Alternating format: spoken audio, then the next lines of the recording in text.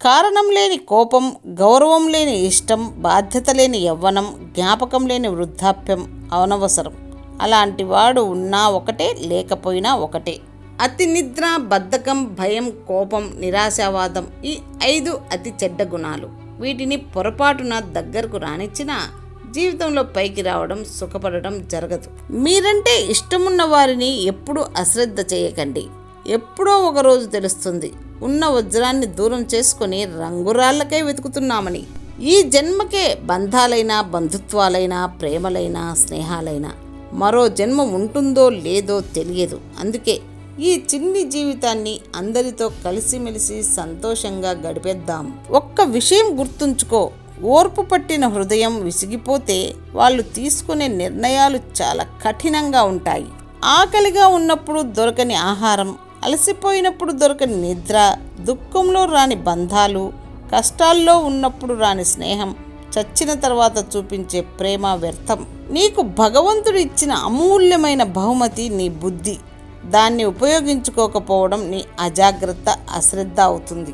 నీ ఆయుధం గట్టిదయ్యుండవచ్చు, కానీ ఎదుటివాడు బ్రతకాలనే ఆశ అంతకంటే గొప్పదయ్యుంటుంది. అద్దె ఇంట్లో ఉన్నవాడికి, సొంత ఇంట్లో ఉన్నవాడికి తేడా ఏమిటంటే, అద్దె ఇంట్లో ఉన్నవాడు ఎప్పుడు అనుకుంటే అప్పుడు ఇల్లు ఖాళీ చేస్తాడు. సొంత ఇంట్లో ఉన్నవాడు ఒకేసారి ఖాళీ చేస్తాడు. జ్ఞానానికి ఈ శరీరం అద్దె ఇల్లు లాంటిది. ప్రతి ఒక్కరూ డబ్బు లేకపోవడం గురించి ఫిర్యాదు చేస్తారు, కానీ మెదడు లేకపోవడం గురించి ఎవరూ ఫిర్యాదు చేయరు. యవ్వనం, సౌందర్యం అదృశ్యమవుతాయి.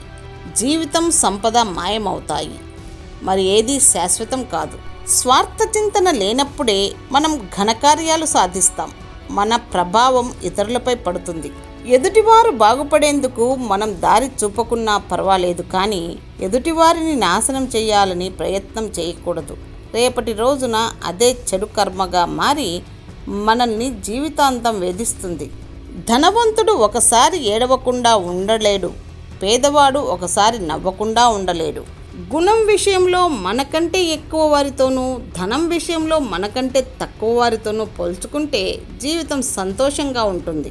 సంకల్పాన్ని బలంగా నమ్మండి, సంశయాలను తొలచివేయండి, సందర్భాలను ఆహ్వానించండి, సంతోషాలను ఆస్వాదించండి, స్నేహాలను పలకరించండి. ఈ చిరు జీవితాన్ని ఆనందంగా గడపండి.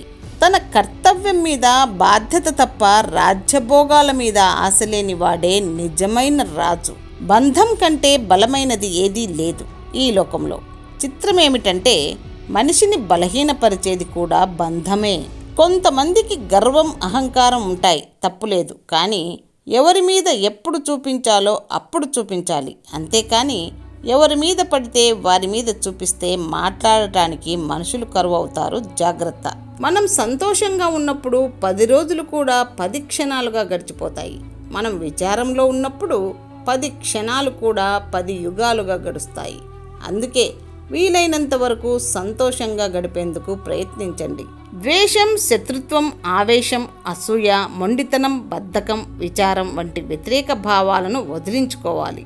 కారుణ్యం, త్యాగం, శాంతం, క్షమ, నిస్వార్థం, స్నేహభావం, సేవాభావం, కృతజ్ఞత, సంతోషం, సానుకూల దృక్పథం పెంచుకోవాలి.